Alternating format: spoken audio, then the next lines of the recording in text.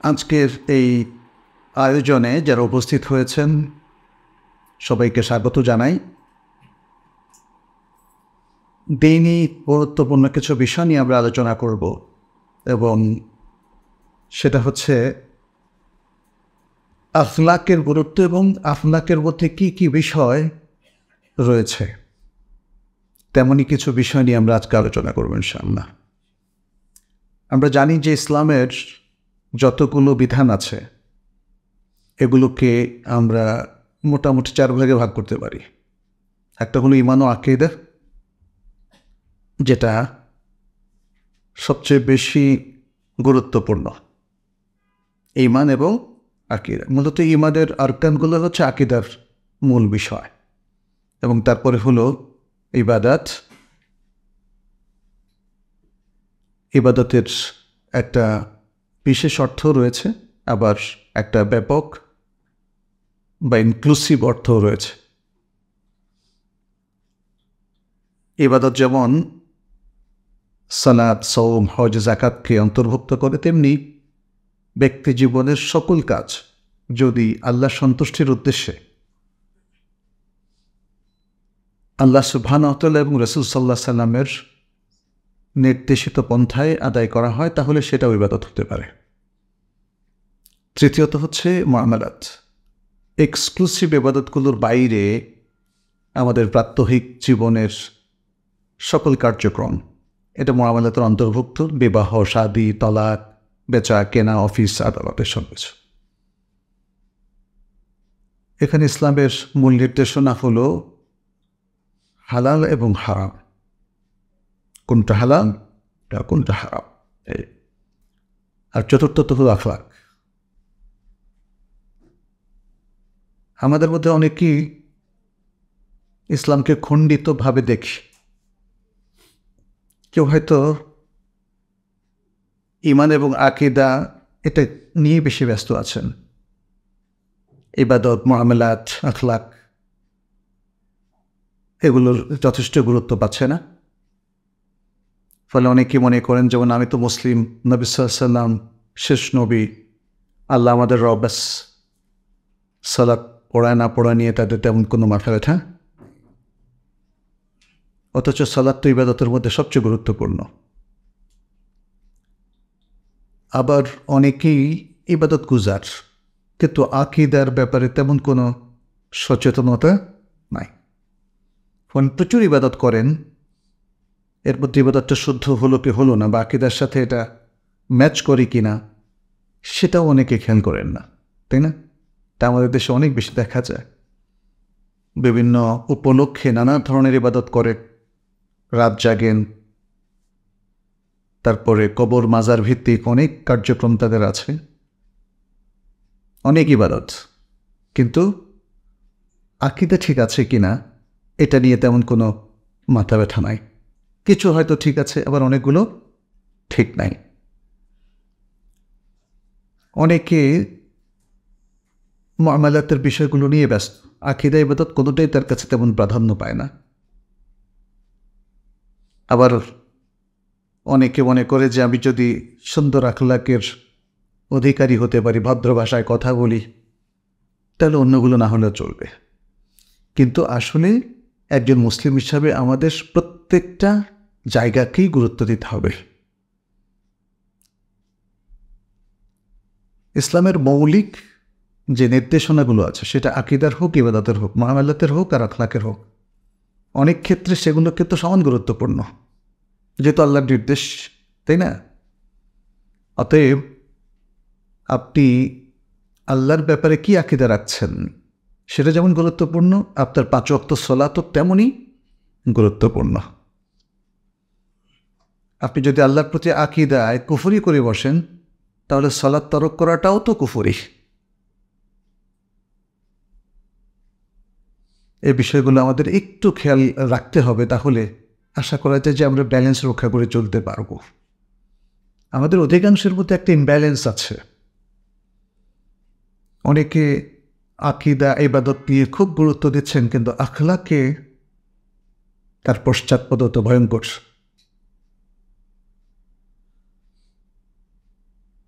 অনেকে থিওরি নিয়ে অনেক বেশি গুরুত্ব দিচ্ছেন, অর্থাৎ কোনটা শুদ্ধ কথা কোনটা অশুদ্ধ কথা, কিন্তু বাস্তব জীবনে তার আমরা ইসলামের প্রতিফলন দেখি না। আছে না এরকম? সুতরাং ইসলামটাকে একটা টোটাল দিন হিসাবে আমাদেরকে দেখতে হবে, জানতে হবে, বুঝতে হবে এবং মানতে হবে। মূলত আমাদের শিক্ষা এবং এডুকেশনটাই ত্রুটিপূর্ণ। ফলে ইসলাম যেভাবে একটা সর্বাত্মক জীবন বিধান, রাসূল সাল্লাল্লাহু আলাইহি সাল্লাম যেটাকে তিনি হাতে কলমে শিখিয়ে গেছেন, সে শিক্ষা পদ্ধতিটা আমাদের মধ্যে কম থাকায়, সামাজিকভাবে প্রতিষ্ঠিত না থাকায় আমাদের দুর্দশা। সুতরাং আজকের এই আলোচনার শুরুতে আমরা যদিও আখলাককে ফোকাস করব, বাট আমার নসিহা হচ্ছে যে আসুন ইসলামকে আমরা সর্বাত্মকভাবে দেখি, এর কোনো একটা অংশকে যেন আমরা বাদ না দিই। ইসলাম একদিকে কাউল, অন্যদিকে আমল, একদিকে থিওরি, অন্যদিকে প্র্যাকটিস। এবং এই জন্যই ইসলামী আকিদার সাথে আমলের কিন্তু বিশাল সম্পর্ক আছে। আমাদের আমলগুলো আকিদার সাথে কানেক্টেড, আমলগুলো আকিদার সাথে কানেক্টেড। আসলে এটা মানে কেউ এটাকে কানেক্টেড করুক আর না করুক, এটা আসলেই কানেক্টেড। যখন কোনো ব্যক্তি মাজারে যায় এবং মৃত ব্যক্তির কাছে চায়, তাহলে তার আকিদাটাকে এতে বোঝা যায় না? আমল থেকে আকিদা বোঝা যায়, আবার আকিদা অনুযায়ী আমল হয়। আমল থেকে আকিদা বোঝা যায়, আবার আকিদা থেকে আকিদা অনুযায়ী আমল হয়। আমল সম্পাদিত, যার যে আকিদা সে অনুযায়ী আমল করে। যে ব্যক্তি মনে করে যে রাসূল সাল্লাল্লাহু আলাইহি ওয়াসাল্লাম গায়েব জানে, অথবা তিনি মানুষের ভালো করেন মন্দ করেন, যদি কেউ আকিদা পোষণ করে, তাহলে নবী সাল্লাল্লাহু আলাইহি ওয়াসাল্লাম কবরের কাছে গিয়ে সে তার কাছে চাইবে। এইভাবেই যে ব্যক্তি মনে করে যে জীবনের সর্বক্ষেত্রে ইসলামকে মানার প্রয়োজন নাই, তাহলে সে ঘরে নামাজ পড়বে আর বাইরে ইসলামকে মানবে না। এভাবেই দেখে না সব জায়গায়। এই জন্যে ইসলামের প্রতি সহি যে জ্ঞান, সেই জ্ঞানটা আমাদের অর্জন করতে হবে। চাই সেটা ঈমান আকীদা সম্পর্কে হোক, অথবা ইবাদত সম্পর্কিত হোক, কিংবা মুআমালাত এবং আখলাক। সম্ভবত আমাদের মুসলিমদের মধ্যে আখলাকের ব্যাপারেই গুরুত্বটা সবচেয়ে কম। অধিকাংশ মুসলিম সোসাইটিতে এটা লক্ষণীয়। প্রতারণা, ধোঁকাবাজি, বদমেজাজ, ঠকবাজি, দুর্নীতি, অন্যায়, এবং কোন কথাটা বলতে পারি যে না সব ঠিক আছে, তাই না? প্রত্যেকটা জায়গায় আমাদের একটা অধঃপতন লক্ষণীয়। মানুষের অধিকার, বাবা মায়ের অধিকার, সন্তানের অধিকার, স্বামীর অধিকার, স্ত্রীর অধিকার, সব জায়গায় আপনি দেখবেন আখলাকটা ঠিকমতো আমরা পরিপালন করছি না। প্রত্যেকটা জায়গায় সুশাসনের কথাও যদি বলেন, কোথায় সে আখলাক? সুশাসন, প্রশাসন, প্রতিষ্ঠান, প্রতিবেশী, বাজার, সব জায়গায়, যেটি আল্লাহ তাআলা অনেকটা তুলেই ধরেছেন, যাহারাল ফাসাদু ফিল বাররি ওয়াল বাহরি বিমা কাসাবাত আইদিন নাস।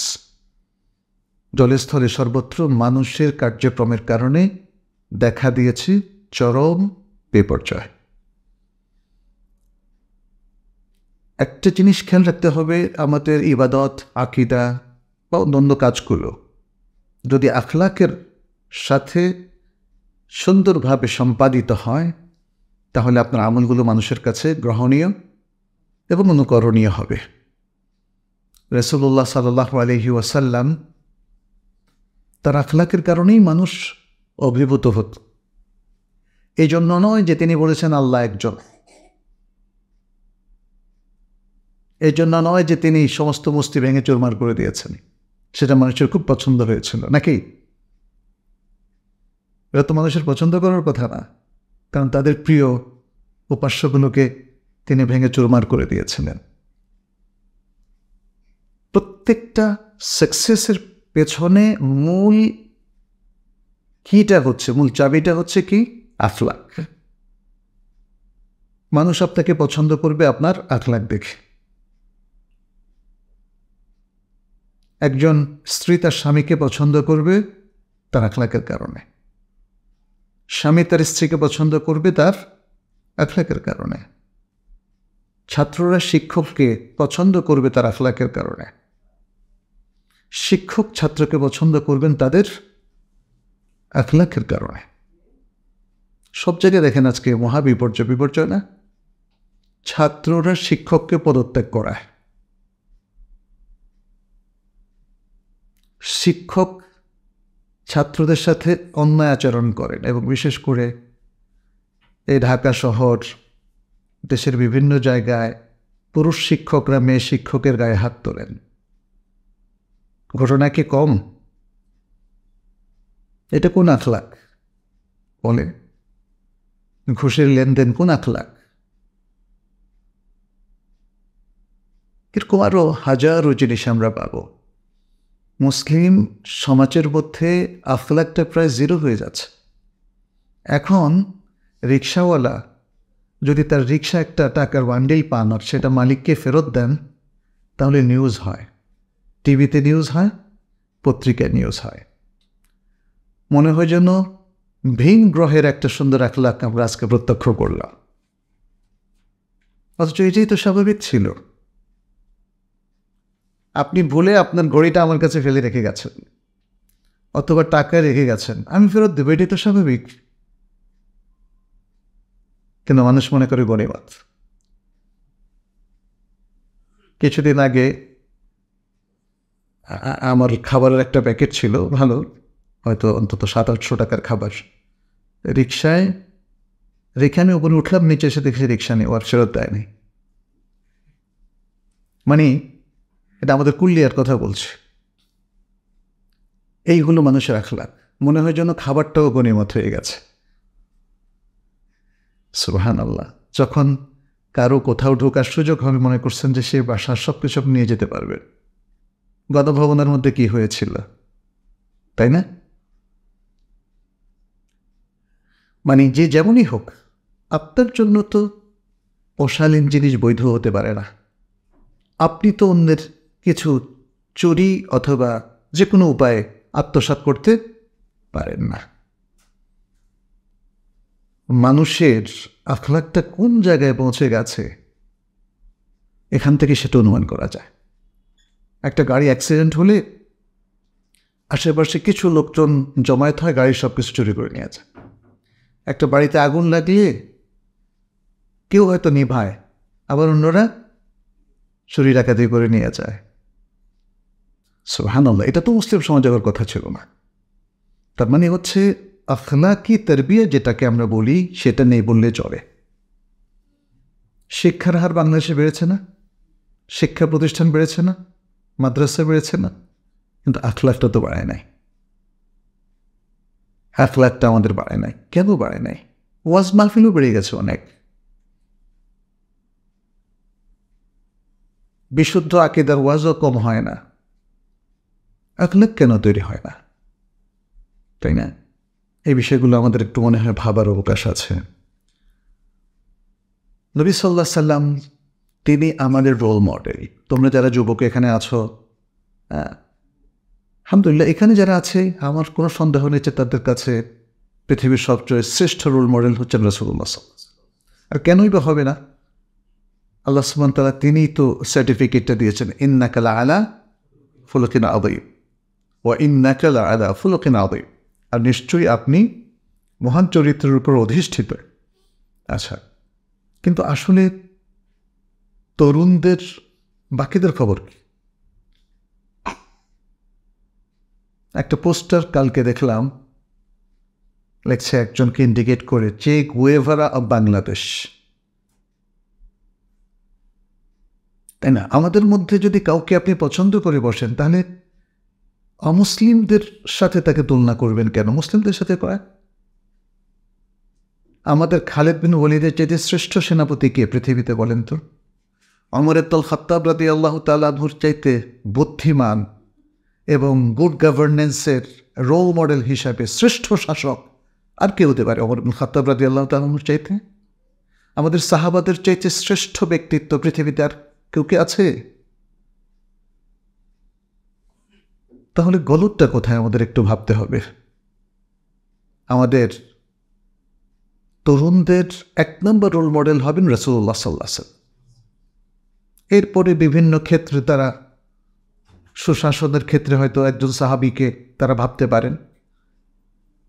তারপরে সেনাপতি হিসাবে খালিদ ইবনে ওয়ালিদ হতে পারে, আবু উবাইদা ইবনে জাররাহ হতে পারে। খুব স্কলার হিসাবে আব্দুল্লাহ ইবনে আব্বাস, আব্দুল্লাহ ইবনে উমর ইবনুল খাত্তাব, আব্দুল্লাহ ইবনে মাসউদ, তাই না? তাদের সাথে কানেকশন হচ্ছে না কেন? তাহলে কি শিক্ষা পাচ্ছি আমরা? আমাদের অরিজিনটা কি? যদি ইসলাম হয়, তাহলে ইসলামের মহান ব্যক্তিরাই হবে আমাদের রোল মডেল। সেটা না হওয়ার কারণেই আজকে আমাদের এই দুর্দশা। আপনি যদি কোনো একজন ক্রিকেটারকে রোল মডেল বানান, হয় তরুণদেরকে এখন সেটা দেখা যায়, কিন্তু তারা তো এখন রাজনীতি করে। সমস্যা, তাই না? অনেক সমস্যা।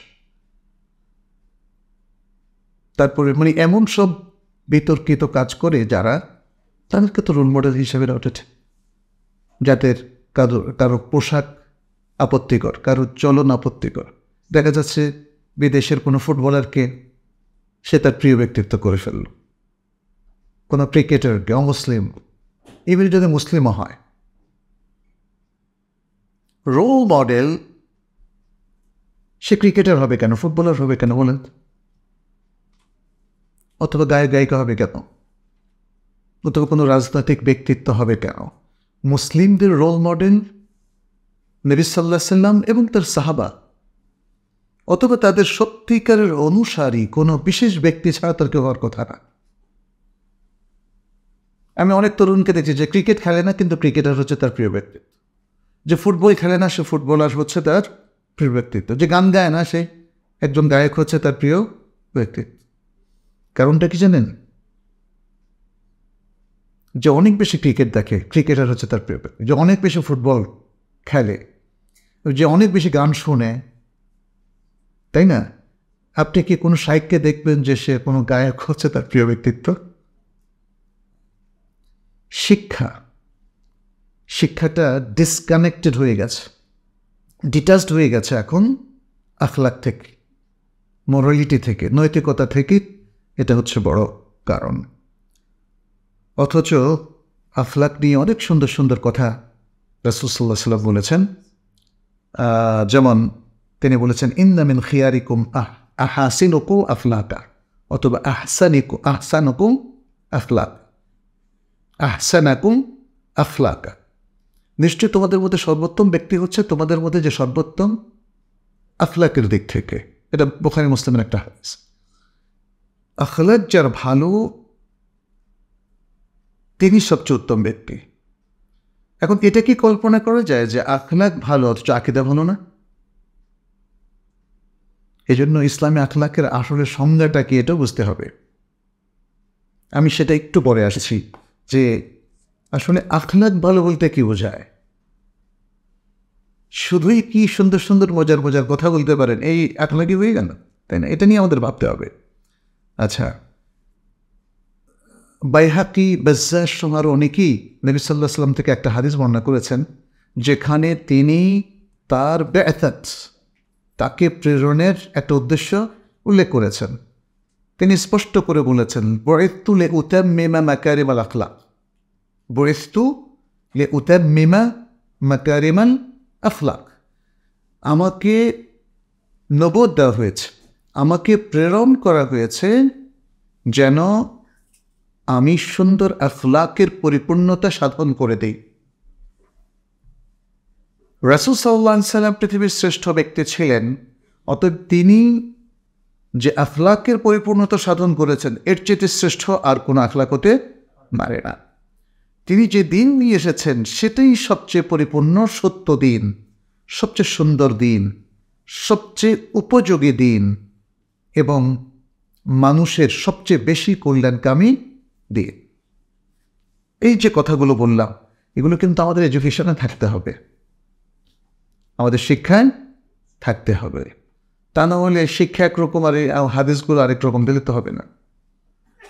কোরআন হাদিসের প্রতি যদি আমাদের বিশ্বাসই থেকে থাকে তাহলে শিক্ষাটাকে এর আদলেই তৈরি করতে হবে।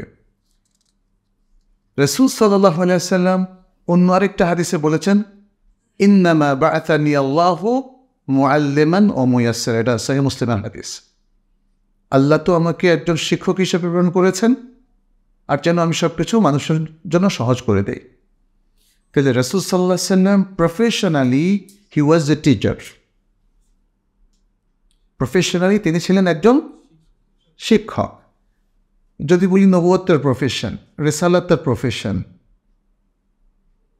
তাহলে এটা কানেক্টেড হচ্ছে শিক্ষার সাথে।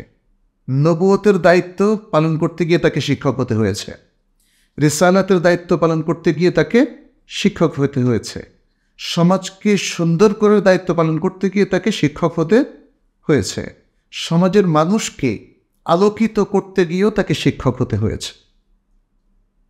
আপনি শিক্ষা ছাড়া সমাজকে আলোকিত করার আর দ্বিতীয় কোনো পথ নাই। আপনি যদি সেনাপতি হন আপনি যুদ্ধ করবেন, যুদ্ধক্ষেত্রে শত্রুকে আপনি পরাজিত করবেন তরবারি চালিয়ে, অস্ত্র চালনা করে। কিন্তু যদি জয়ী হন সবাই শিক্ষিত হয়ে যাবে। আপনি অত্যন্ত প্রভাব প্রতাপশালী একজন মানুষ, সমাজের সবাইকে নিজের অধীনে নিয়ে আসতে পারেন, নিয়ে এসেছেন। নিয়ে আসার পরে সবাইকে আলোকিত হয়ে যাবে, শিক্ষিত হয়ে যাবে। এভাবে আপনি যেভাবে চিন্তা করেন না কেন, সমাজের সকল শ্রেণীর, সকল পেশার মানুষকে যদি আপনি শিক্ষিত করতে চান তাহলে শিক্ষা দান ছাড়া আর কোনো পদ্ধতি নাই। এজন্যই নবী সাল্লাল্লাহু আলাইহি সাল্লামকে আল্লাহ তাআলা যে উদ্দেশ্যে পাঠান না কেন, তিনি শিক্ষাদানের মধ্য দিয়েই মুসলিম জাতিকে গঠন করেছেন। এই জন্যই তিনি নিজেকে শিক্ষক হিসাবে পরিচয় দিয়েছেন। আর এখানে তার শিক্ষার উদ্দেশ্য, তার নবুয়তের উদ্দেশ্য, তার রিসালাতের উদ্দেশ্য তিনি উল্লেখ করে দিয়েছেন যে মানুষকে পৃথিবীর সবচেয়ে সুন্দর আখলাকের মানুষে পরিণত করা। এটা হচ্ছে নবী সাল্লাল্লাহু আলাইহি সাল্লামের একমাত্র মিশন, সারা পৃথিবীর মানুষকে সবচেয়ে ভালো মানুষে পরিণত করা। আর মানুষ যখন ভালো হয় তখন সে পবিত্র জীবন যাপন করে, অপবিত্র জীবনকে সে পরিহার করে। তখন সে আর দুর্নীতি করে না, সে আর অন্যায় করে না, সে ঘুষ খায় না, সে সুদ খায় না, সে টাকার পেছনে ছুটে না, সে অন্য মানুষের কোনো ক্ষতি করে না। তার প্রধান কাজই হচ্ছে এক আল্লাহর ইবাদত করা আর আল্লাহর বান্দাদের উপকার করা। দেখেন না রাসূল সাল্লাল্লাহু আলাইহি সাল্লামের সাহাবাদের কি অবস্থা। কোনো খারাপ কাজ কি ছিল যেটা তারা করে নাই ইসলামের আগে? যত জলিল কদর সাহাবাই হোক না কেন, তাদের ইসলাম পূর্ব জাহেলি জীবনটা দেখেন। কিন্তু রাসূল সাল্লাল্লাহু আলাইহি সাল্লামের কাছে শিক্ষা গ্রহণের পরে আল্লাহু আকবার, পৃথিবীর সবচেয়ে শ্রেষ্ঠ মানুষে পরিণত হয়েছে। রাসূল সাল্লাল্লাহু আলাইহি সাল্লাম যেই শোভাটা তাদেরকে দিয়েছেন, যে অলঙ্কারটা দিয়েছেন, সেটা লাখ লাখ। একজন মানুষ যত ভালোই হয়, ভালোই হোক না কেন, তাকে যদি আপনি আখলাক দিয়ে সাজাতে না পারেন তাহলে সে আসলে সত্যিকারভাবে কেউ তাকে স্বীকৃতি দেবে না যে সে ভাব। এমনকি আল্লাহ সুবহানাহু ওয়া তাআলা তার নবীকেও একথাই বলছেন, ওয়ালাউ কুনতা ফাদ্দান গালিদাল কলবি লানফাদ্দু মিন হাওলিক। যদি তুমি হতে ফাদ্দান, কঠিন ভাষা সম্পন্ন, রূঢ়ভাষী, গালিদাল কলব, অন্তরটাও কঠিন, নির্মম, ভালোবাসা নাই, জাতির প্রতি ভালোবাসা নাই, মানুষের প্রতি ভালোবাসা নাই, স্নেহ নাই, মমতা নাই, তাহলে তোমার চারপাশ থেকে লোকরা সরে যেত। তাহলে মানুষ আপনার পাশে আসবে কেন? আপনাকে পছন্দ করবে কেন? আপনাকে কেন ভালোবাসবে? কারণ তারা আপনার মধ্যে আখলাক পাবে, ভদ্রতা পাবে, নম্রতা পাবে, আপনি বিনয়ী, আপনি সত্যবাদী, আপনি অন্যায় করেন না, মুখে যা বলেন কাজেও তাই পরিণত করেন, আপনি ঘুষ খান না, আপনি মানুষের অকল্যাণ করেন না, ইত্যাদি। মানে যেগুলো একটা ভালো আখলাকের জন্য প্রয়োজন, সে সব কিছু যদি আপনার মধ্যে থাকে তখন আপনি অসম্ভব জনপ্রিয় একজন ব্যক্তি হবেন। আর যাকে মানুষ ভালোবাসে তাকে আল্লাহও ভালোবাসে। সব মানুষ না, যাকে প্রকৃত মুসলিমরা ভালোবাসে তাকে আল্লাহও ভালোবাসেন। এই জন্যে আখলাকের সবগুলো উপাদান কিন্তু রাসূল সাল্লাল্লাহু আলাইহি ওয়াসাল্লামের হাদিসের মধ্যে ছড়িয়ে ছিটিয়ে আছে। আপনি একটা বই হয়তো দেখতে পারেন, এটা প্রায় 12 খণ্ডের একটা বই, নাদরাতুন নাঈম। নাদরাতুন নাঈম, এটা মক্কার যিনি প্রধান ইমাম তার নেতৃত্বে একদল ইউনিভার্সিটি স্ট্যান্ডার্ডের যারা শিক্ষক, ডক্টর এবং বড় বড় শায়েখ, তারা মিলে এটা সংকলন করেছে। এখানে যত ভালো গুণ আছে সবগুলো গুণ রাসূল সাল্লাল্লাহু আলাইহি ওয়াসাল্লামের হাদিসের আলোকে এবং পাশাপাশি কিছু আয়াতও দেওয়া হয়েছে, বর্ণনা করা হয়েছে। নবী সাল্লাল্লাহু আলাইহি ওয়াসাল্লামের আকওয়াল আমাল, তার সিরা থেকে এই দৃষ্টান্তগুলো দেওয়া হয়েছে। আর পাশাপাশি কিছু গুণ আনা হয়েছে যেগুলো অসুন্দর, অশালীন গুণ, খারাপ গুণ। তার মানে হচ্ছে আসিফাত আল হামিদা ও সিফাত আল মাদমুমা। সিফাত হামিদা হচ্ছে প্রশংসিত গুণ, আর মাদমুমা হচ্ছে নিন্দিত। একটা হলো নন্দিত আর একটা হলো নিন্দিত। তো এই দুই ধরনের গুণ, যার আখলাক ভালো হবে তিনি নন্দিত গুণ, প্রশংসিত গুণগুলো অর্জন করার সর্বাত্মক চেষ্টা করবেন, আর নিন্দিত গুণগুলো সর্বাত্মকভাবে চেষ্টা করবেন অ্যাভয়েড করতে। ভুল হয়ে গেলে তওবা করবেন, কোনো ভুল হয়ে গেলে নিজে স্বীকার করবেন এবং পরে তওবা করে সংশোধন করে ফেলবেন। আর ভালো গুণগুলো, তার সব গুণ তো সবাই অর্জন নাও করতে পারে, কিন্তু তার যতটুকু সাধ্য আছে সেই সাধ্য অনুযায়ী তিনি ভালো গুণগুলো অর্জনের চেষ্টা করবেন। এটাই হচ্ছে আসলে ইসলামী আখলাকের মূল কথা। আর এই আখলাকটা আমরা কি আমাদের নিজেদের মধ্যে, প্রথমত নিজের মধ্যে আনতে হবে। দেখেন, যেটা শুরুতে বলেছিলাম, আল্লাহ সুবহানাহু ওয়া তাআলা বলছেন কি, ওয়া ইন্নাকা লাআলা খুলুকিন আযীম।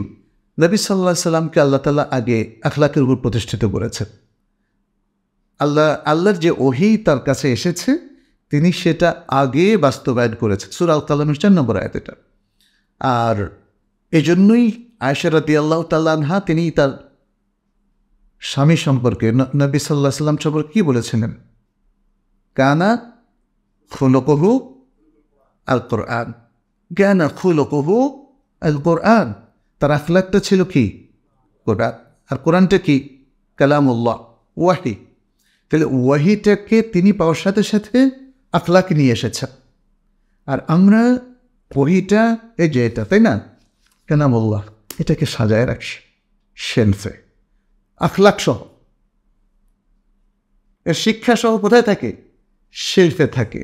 আমাদের আখলাকে আর এটা আসে না বলেই আজকে আমাদের একের পর এক মুসলিম জনপদে বিভিন্ন জায়গায়, শুধু বাংলাদেশে না, বড় বিপর্যয়। কারণ আখলাকটা এখন শো পিসে থাকে, এটা রেয়ার একটা জিনিস হয়ে গেছে, এবং যেটা কারো মধ্যে পেলে আমরা অবাক হই, এত ভালো মানুষ উনি, অথচ হয়তো সাধারণ ভালো কিছুই তিনি করেছেন ইত্যাদি। আচ্ছা,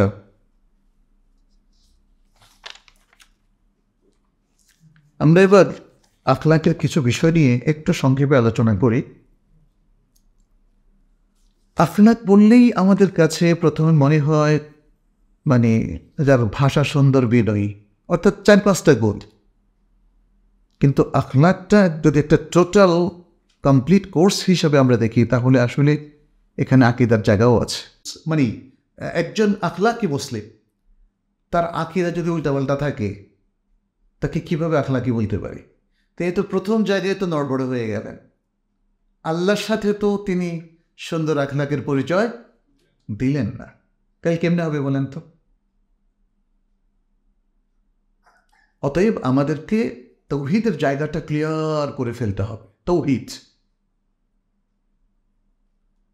অনেক সময় তৌহিদ বলতে পুরো আকীদার চ্যাপ্টারটাকে বোঝানো হয়, যেহেতু আকীদার চ্যাপ্টারের মূল জিনিসটা হলো কি?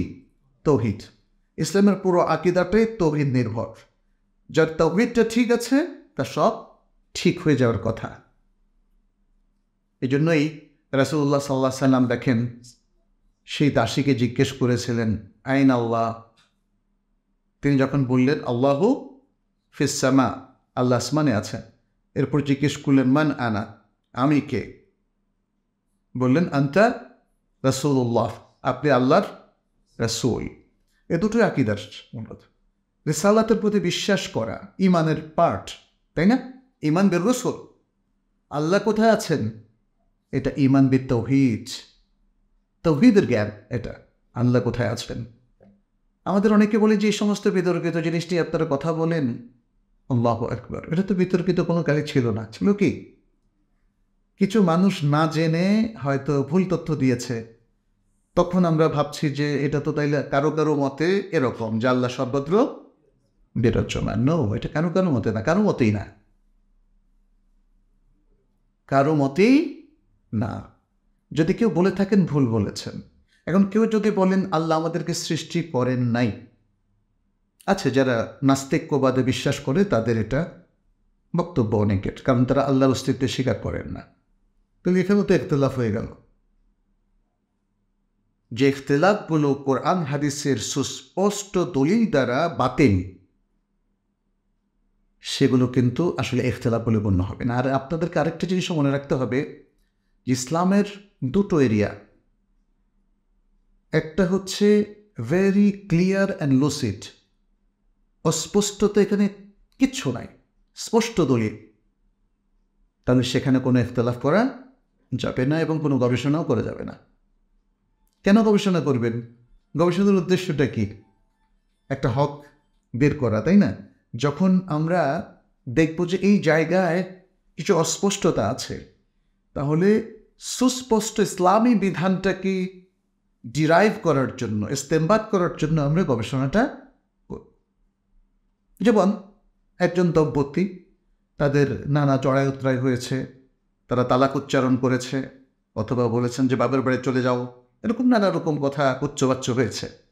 এখন মুফতি সাহেব যার কাছে মাসালাটা এসছে, তিনি সব শুনবেন, শুনে এটা নিয়ে গবেষণা করবেন যে আদৌ তালাক হয়েছে কি হয়নি। এখানে কি ইস্তেহাদ চলবে না? হ্যাঁ, এখানে ইস্তেহাদ চলবে। এটা ক্লিয়ার রাখতে হবে আপনাদেরকে যে কোন জায়গায় ইস্তেহাদ চলবে, কোন জায়গায় চলবে না। সূরাতুল ইখলাস এটা কোরআনের কোনো সূরা কিনা? কে কে ইস্তেহাদ করবে? হ্যাঁ, ইস্তেহাদের কোনো প্রয়োজন আছে? এটা এরকম স্পষ্ট, কোরআন আল্লাহর কালাম। কারণ ওরিয়েন্টালিস্টরা দাবি করে যে কোরআন মুহাম্মদ সাল্লাল্লাহু আলাইহি ওয়াসাল্লামের কথা, এটা আল্লাহর কালাম না, মুহাম্মদ সাল্লাল্লাহু আলাইহি ওয়াসাল্লামের কথা। তাদের এই বিষয়টা নিয়ে কোনো ইখতিলাফের প্রয়োজন আছে আমাদের ইজতিহাদের বা গবেষণার? ন। যে ব্যক্তি বলবে যে কোরআন আল্লাহর কালাম নয়, সে ইমানদার নয়, কুফরি করল সে। যদি কেউ বলে যে সালাত 1400 বছর পরেও কি 5 ওয়াক্ত পড়তে হবে, আসেন আমরা একটু গবেষণা করে দেখি এটাকে 3 ওয়াক্ত করা যায় কিনা বা 2 ওয়াক্ত।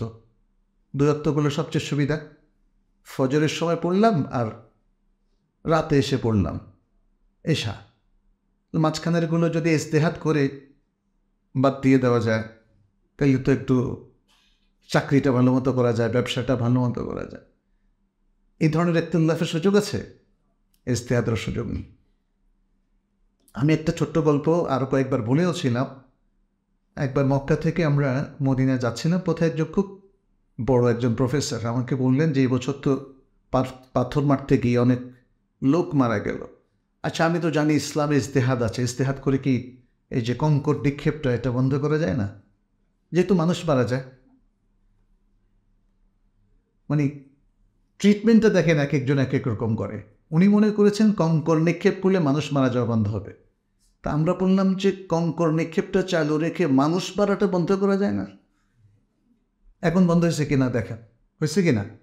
এখন তো আর কোথাও শোনা যায় না। কত বছর ধরে আমরা শুনি না যে পাথর মারতে গিয়ে একজন মানুষও আহত হয়েছে পাথর মারার জায়গাটা। হ্যাঁ, অন্য জায়গায় সেটা আলাদা, কিন্তু পাথর মারার জায়গাতে এটা এখন এত সুন্দর নিয়ম হয়েছে সেখানে যে একজন লোকও মারা যায় না। ফলে মানে প্রথম কথা হচ্ছে যে আপনি যে সমস্যাটা তৈরি করবেন এটা সমস্যা কিনা দেখতে হবে। দ্বিতীয় দেখতে হবে যে এরিয়াটা কি। ইসলামের একটা এরিয়া আছে যেগুলো ফিক্সড, যেখানে ফার্দার কোনো গবেষণার সুযোগ নেই, অতএব ইখতিলাফেরও কোনো সুযোগ নেই। আরেকটা এরিয়া আছে যেখানে গবেষণার সুযোগ আছে, ফলে ইখতিলাফের সুযোগ আছে। একটা দম্পতি, যেটা বললাম, তারা ঝগড়াঝাটি করে তালাকের কিছু কথা উচ্চারণ করেছে। তালাকের কথা উচ্চারণ করলেই তো তালাক হয়ে যাবে না। কেউ যদি বলে তোমাকে আমি 10 বছর পরে তালাক দেবো আর যদি ঝগড়া করো, এটাকে তালাক হবে? কিন্তু 10 বছর পরে তালাক দিবে বলছে না, কিন্তু লোকজন খুব উত্তেজিত অবস্থায় সাথে সাথে দিয়ে ফেলে, এই মুশকিল। যাই হোক, যেটাই হোক না কেন, এটা হলো একটা মাসআলা যেটা নিয়ে ইজতিহাদ করা যায়। দেখবেন যে কেউ বলছে তালাক হয়েছে, কেউ বলছে তালাক হয় না। তো বেচারা দম্পতি দেখলাম, অনেক দম্পতি আমাদের কাছে আসে ফ্যামিলি কাউন্সেলিংয়ের জন্য। দেখলাম যে কেউ বলছে তালাক হয়েছে, আরেকজন বলছে তালাক নাই, খুব ঝামেলার মধ্যে আছে। যাই হোক, বিষয়টা তো ইখতিলাফি। এরকম অনেক। আপনার ব্যবসাটা হালাল কি হারাম, ইজতিহাদের জায়গা কিনা। একজন বলল না এটা হারাম, আরেকজন বলল না এটা হারাম, আরেকজন বলল না আপনার এই জায়গায় একটু সমস্যা আছে আর বাকিগুলো ঠিক আছে। এরকম ইখতিলাফ আমাদের দৈনন্দিন জীবনের ঘটে যাওয়া জায়গাগুলোতে করা যায়। যে কোনো একটা প্রতিষ্ঠান সে ইসলামিকে চলছে নাকি তার কিছু ভায়োলেশন আছে, এটাও ইজতিহাদের জায়গা। ফলে মনে রাখবেন, প্রত্যেকটা জায়গায় কিছু ইখতিলাফের সুযোগ আছে। ইসলামী শরিয়া যখন স্পষ্ট করে কিছু জিনিস ফিক্স করে দেয়, তথ্যগুলো ফিক্স করে দেয়, সেখানে কোনো ইখতিলাফের সুযোগ নাই।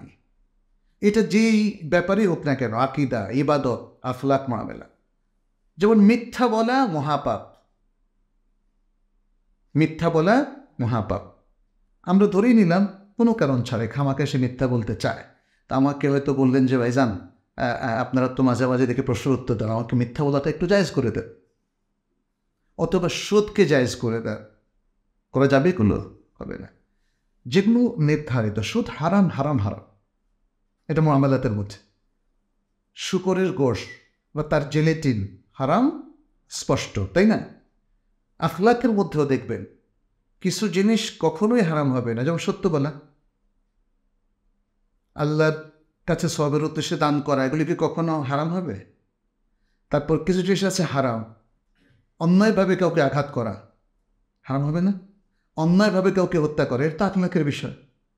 একটা লোক যদি জুলুম করে মানুষকে মেরে ফেলে, এটা তার আখলাকি অধঃপতন। এমনি তো অন্য অফেন্স আছে, এটা ক্রিমিনাল ল এর মধ্যে পড়বে।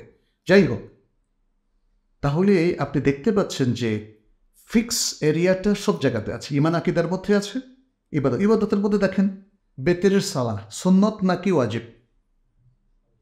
ইমাম আবু হানিফা রাহিমাহুল্লাহ বলছেন ওয়াজিব, আর অন্য সবাই, ইভেন ইমাম আবু ইউসুফ, মুহাম্মদ সহ সবাই বলেছেন কি সুন্নাহ। এখন একদল কি আরেক দল বলবে যে এরা খারাপ। রাফুল ইয়াদাইন রুকুর আগে পরে সুন্নাহ হিসাবে প্রতিষ্ঠিত, কিন্তু তারপরেও আবু হানিফা রাহিমাহুল্লাহ এবং তার অনুসারী অনেক উলামায়ে কেরাম তারা বলছেন যে না, রাফুল ইয়াদাইন সালাতের মধ্যে করার প্রয়োজন নাই। এই যে ইখতিলাফটা, তাই না, এই ইখতিলাফটা কি নতুন নাকি পুরাতন? পুরাতন। অনেক কিছু, জোরে আমিন বলা, আস্তে আমিন বলা। তাহলে ইবাদতের মধ্যে আপনি দেখবেন প্রচুর ইখতিলাফ আছে, এবং এই ইখতিলাফের পেছনে কিছু রিজনও আছে। কিন্তু 5 ওয়াক্ত সালাত, এখানে কোনো ইখতিলাফ নাই। জোহরের নামাজ 4 রাকাত মুকিম অবস্থায়, এখানে কোনো ইখতিলাফ নাই। এরকম অসংখ্য যেমন দেখবেন প্রত্যেক রাকাতে সূরা ফাতিহা পড়তে হবে, তাতে কোনো ইখতিলাফ নাই। কিন্তু আরেক জায়গায় ইখতিলাফ যে ইমামের পেছনে পড়বে কি না, ওই জায়গায় ইখতিলাফের কিছু রিজন আছে। বুঝতে পেরেছেন? তাহলে আপনি যদি বলেন ইবাদতের মধ্যে ইখতিলাফ নাই, ইজতিহাদ করা যাবে না, এটা ঠিক না। মোট কথা হচ্ছে ইসলাম যে জায়গাগুলোকে ফিক্স করে দিয়েছে ওই জায়গা, সেটা আকিদার ক্ষেত্রে হোক, ইবাদতের ক্ষেত্রে হোক, হালাল হারামের ক্ষেত্রে হোক, আখলাকের ক্ষেত্রে হোক, সেই জায়গায় কোনো একতলাফ করা যাবে না। আর প্রত্যেকটা এরিয়াতেই কিছু কিছু জায়গা আছে সেখানে ইখতলাফ করার সুযোগ আছে।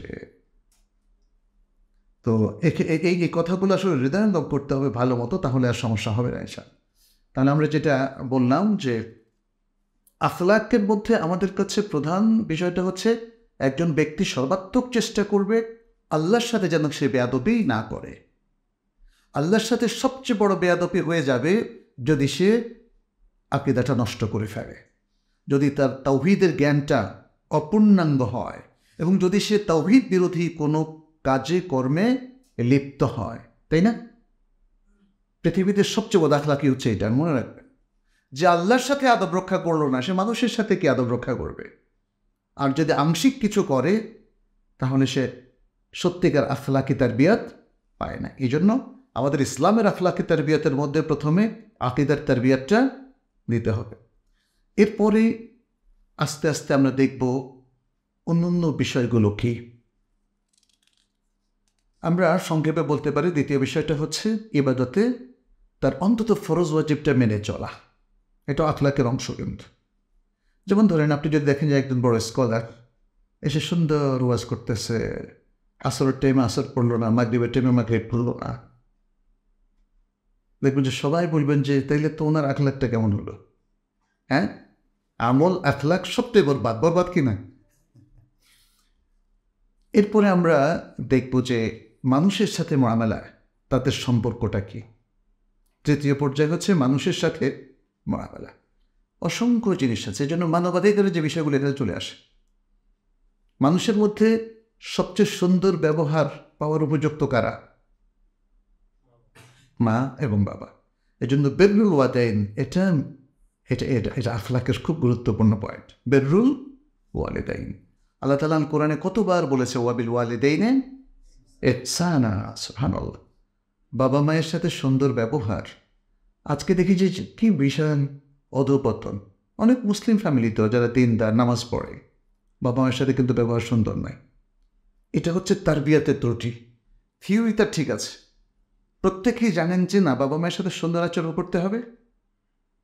এইটা জানার পরেও দেখা যাচ্ছে যে না, বাবা মায়ের ক্ষেত্রে ঘাটতি হচ্ছে। বাবা মায়ের সাথে যে সুন্দর ব্যবহার দরকার, তাদের কুশলাদি জিজ্ঞেস করা, তাদের রোগ ব্যাধি হলে তাদেরকে প্রয়োজনীয় চিকিৎসা দেওয়া। আপনি আপনার পরিবারের সদস্য অর্থাৎ স্ত্রী এবং সন্তান, তাদের ব্যাপারে যতটা সচেতন ততটা কি বাবা মায়ের ব্যাপারে আছেন কি না? যদি এর ব্যত্যয় হয় তাহলে বুঝতে হবে যে না, বাবা মাকে আপনি আসলে তাদের যে অধিকার সেটা আপনি দিচ্ছেন না। এটা আমাদের আখলাকের অংশ। এখানে সবচেয়ে চমৎকার আয়াতটা হলো সূরাত বনী ইসরাঈল, যেটা সূরাতুল ইসরা, তার 23 এবং 24 নম্বর আয়াত। ওয়াকাদা রব্বুকা আল্লা তা'বুদু ইল্লা ইয়্যাহু ওয়া বিল ওয়ালিদাইনি ইহসানা। তোমার রব নির্দেশ দিচ্ছেন যে তার ইবাদত ছাড়া কারো ইবাদত করবে না এবং বাবা মায়ের সাথে সুন্দর ব্যবহার করবে। এখানে আল্লাহ তার নিজের তাওহীদের সাথে বিররুল ওয়ালিদাইনকে একসাথ করে দিয়েছেন গুরুত্ব বোঝানোর জন্য। এবং এরপর বলেছেন কি, ইম্মা ইয়াবলুগান্না ইনদাকাল কিবারা আহাদুহুমা আও কিলাহুমা ফালা তাকুল লাহুমা উফ। যদি তাদের কোনো একজন অথবা তার উভয়ই তোমার কাছে বৃদ্ধ বয়সে পৌঁছে যায়, তাহলে তাদেরকে ফালা তাকুল লাহুমা উফ, উফ শব্দও বলো না। মানে এখানেও দেখেন কত বুদ্ধিবৃত্তিক এখানে আল্লাহ সুবহানাহু ওয়া তাআলা কথাগুলো উপস্থাপন করেছেন। তাকে উফ শব্দটা বলো না। তিনি এভাবে বলতে পারতেন সবচেয়ে ভয়াবহ থেকে, তাদেরকে হত্যা করো না, তাদের গায়ে হাত চিহ্ন না, তাদেরকে গালিগালাজ করো না। কিন্তু বললেন কি, ফালা তাকুল লাহুমা উফ, উফ শব্দটা বলো না। তাহলে বোঝা গেল যে উফ শব্দটা তার সমপরিমাণ বা তার চেয়ে বেশি কষ্টদায়ক কোনো কিছু বাবা মায়ের সাথে করা যাবে না। মানে এটা হচ্ছে ইসলামিক যে কোনো টেক্সটের ক্ষেত্রে আপনারা খেয়াল করবেন। রাসূল সাল্লাল্লাহু আলাইহি ওয়াসাল্লাম বক্তব্যগুলি এরকম। আমরা তো আসলে হাদিসটা পড়ে শুধু ওই যে হয়তো কোনো এক সময় একটু হাদিস পড়ে হিসাব রাখি কয়টা হাদিস পড়লাম, তারপরে মানে হাদিস পড়া, কোরআন পড়া সওয়াবের কাজ। বুঝতে পেরেছেন? মুসলমানদের কাছে এই কনসেপ্টটা, এই অভ্যাসটা তার কাছে এস্টাবলিশড। এই জন্য দেখেন না বুখারি খতম হয়, বিভিন্ন মাদ্রাসায় বুখারির খতম হয়। বুখারি মানা হয় কিনা এটার চেয়ে গুরুত্বপূর্ণ হচ্ছে অনেকের কাছে বুখারি খতম হয়। খতম করলে 50,000 টাকা পাওয়া যায় শুনছি। হ্যাঁ, তাহলে এখানে কি এই সেন্টারে গিয়ে খতম টতম করেছেন নাকি? মানে আসলে দেখেন মানে কোন দিকে চলে যাচ্ছে, আমরা ট্র্যাক থেকে কোন দিকে সরে যাচ্ছে। বুখারি খতম করে 1 লাখ 2 লাখ 2.5 লাখ টাকা, কোরআন খতম করেও টাকা পাওয়া যায় শুনছি, তাই না? কোরআন খতম করেও হাফেজ সাহেবরা টাকা পায়। ফলে এখন কোরআন যত খতম করবে তত টাকা হবে। যাই হোক, আসলে কিছু কিছু কাজ হয়তো কখনো চালু হয়েছে ভালো উদ্দেশ্যে, কিন্তু সেটা আস্তে করে অন্যদিকে আমাদেরকে টেনে নিয়ে যায়। কোরআন খতম করে, কোরআন খানি করা, কোরআন ওই যে ইসালে সওয়াব, দেখেন কত কিছু চলে আসলো। একটা বেদাত এবং ভুল পথের দিকে আমাদেরকে নিয়ে যাওয়া হচ্ছে। আসল জিনিসগুলো আর হচ্ছে না। কোরআন তেলাওয়াতের মূল উদ্দেশ্য হচ্ছে কোরআন বোঝা এবং কোরআন আমল করা। হাদিস পাঠের মূল উদ্দেশ্য হচ্ছে হাদিস বোঝা এবং আমল করা। এভাবে আমরা যদি আসলে শরিয়াকে বুঝতে পারি তাহলে আমাদের জন্য হয়তো আখলাক অর্জন করাটা কঠিন হবে না। একটা জিনিস খেয়াল করবেন, কোরআনের প্রত্যেকটা জায়গায় কিন্তু আখলাক আছে। এমনকি যেখানে ইবাদত শেখায়, যেখানে আকিদা শেখায়, যেখানে ঈমান শেখায়, যেখানে আল্লাহ সুবহানাহু ওয়া তাআলার আহকাম শেখায়, সব জায়গায় একটা তারবিয়াত আছে, একটা এডুকেশন আছে এবং সব জায়গায় একটা আখলাকও আছে। দেখেন রাসূল সাল্লাল্লাহু আলাইহি ওয়াসাল্লাম তার যে কিশোর সাহাবীদেরকে শেখাতেন, মাঝে মাঝে তাদেরকে প্রশ্ন করতেন, বলতেন বলতো, যেমন মুআয রাদিয়াল্লাহু তাআলা আনহুকে তিনি বলেছিলেন যে বান্দার উপর আল্লাহর হকটা কি এটা বলতো। উনি কি বলেছিলেন? আল্লাহ ওয়া রাসূলুহু আ'লাম, আল্লাহ এবং তার রাসূল অধিক জানে। তিনিও তো জানতেন, আসলে এগুলো তো একদম স্পষ্ট জিনিস জানতেন, কিন্তু একজন জানাশোনা লোককে ডিকটেট করার মানে নীতি অবলম্বন করেন নাই, বরং যিনি অধিক জানেন তাকেই প্রশ্নের উত্তর দেওয়ার সুযোগ দেওয়া। এটা হলো আদব এবং এটা হলো আখলাক।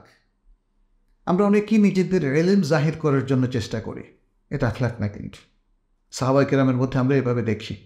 আর এখানেও আল্লাহ সুবহানাহু ওয়া তাআলা দেখেন আমাদেরকে বলে দিয়েছেন উফ শব্দটা বলো না। তাহলে সর্বনিম্ন যে বিষয়গুলো ওনাদেরকে কষ্ট দেয়, সর্বনিম্নটা নিষেধ করে এর চাইতে ভয়াবহগুলো তিনি আসলে মূলত হারাম করে দিয়েছেন। এরপর বলছেন ওলা তানহারহুমা ওয়া কুল লাহুমা কাওলান কারীমা, তাদেরকে ধমক দিও না এবং তাদের সাথে সুন্দর আচরণ করো, সুন্দর কথা বলো। এরপর বলছেন ওয়াখফিদ লাহুমা জানাহা তুল্লি মিনার রাহমা, তাদের উভয়ের জন্য দয়ার পেখম বিছিয়ে দাও। দয়ার পেখম বিছিয়ে দাও। দয়ার পেখম কাউকে বিছিয়ে দিতে কি দেখেছেন আপনারা ফিজিক্যালি? দেখেন তো কথা। হ্যাঁ, কে বললেন? জি, মুর্শিদ ভাই, জাযাকাল্লাহ খের। মুরগি তার বাচ্চাদেরকে দয়ার পেখমটা বিছিয়ে দেয়। সে কক কক কক কক করতে থাকে আর তার সবগুলো বাচ্চা তার পেখমের নিচে একসাথে। এটা হলো দয়া, স্নেহ, মমতার একটা মানে জ্যান্ত প্রতিচ্ছবি। আপনি আমি কি আমাদের বাবাদেরকে মায়েদেরকে এতটা ভালোবাসা দেখাতে পেরেছি? খুব কম। মা বাবা আমাদেরকে জড়িয়ে ধরে, আমরা কতজন জড়িয়ে ধরি তাদের?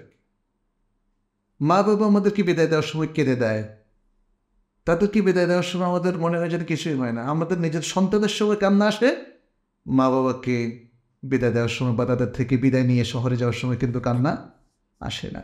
তো এই জায়গায়ও আমাদের একটু আত্মজিজ্ঞাসার প্রয়োজন আছে যে আসলে কতটা ভালো আখলাকের আমরা পরিচয় দিচ্ছি। এরপর একটা দোয়া শিখিয়ে দিয়েছে অকুর রাব্বির হামহুমা কামা রাব্বায়ানি সগীরা। পৃথিবীর শ্রেষ্ঠ দোয়া, ছোট্ট দোয়া, শ্রেষ্ঠ দোয়া।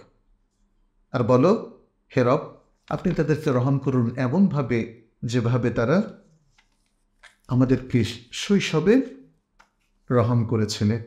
শৈশবে আপনারা যারা বাবা হয়েছেন তারা দেখেন যে কীভাবে ছোট্ট শিশুকে কিভাবে আপনারা মা বাবা দুজনে মিলে কষ্ট করে তাকে দেখিয়েছিলেন।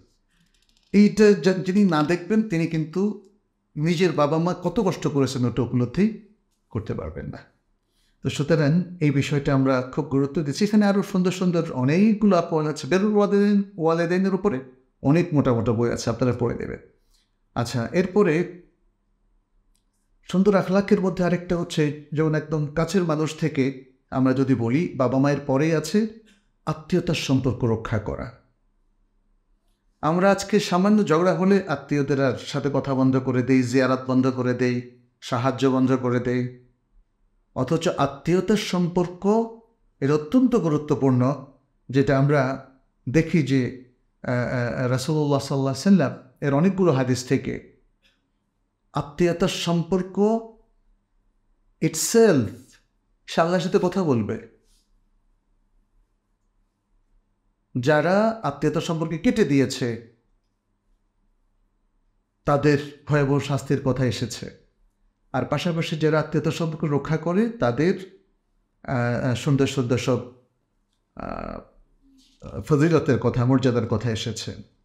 এরপরে যদি আমরা যাই তাহলে এগুলো সব আখলাকের সুন্দর সুন্দর বিষয়, যেহেতু আমাদের সময় কম আমরা জাস্ট পয়েন্টটা উল্লেখ করে যাই। এরপর হলো প্রতিবেশীর হক, এটা আখলাকের একটা বিষয়। রাসূল সাল্লাল্লাহু আলাইহি ওয়াসাল্লাম এমনভাবে আমাদের সামনে হাদিস উপস্থাপন করেছেন যে যাতে করে আমরা আমাদের প্রতিবেশীর খোঁজ যদি না জেনে থাকি তাহলে আমরা ভালো মুসলিম না, সেই বক্তব্যগুলো পর্যন্ত এসেছে। এবং তিনি এটাও শর্ত করেছেন যারা আল্লাহ এবং আখিরাত দিবসে বিশ্বাস করে তারা যেন প্রতিবেশীর সম্মান রক্ষা করে। প্রতিবেশীকে অল্প করে হলেও আসেন,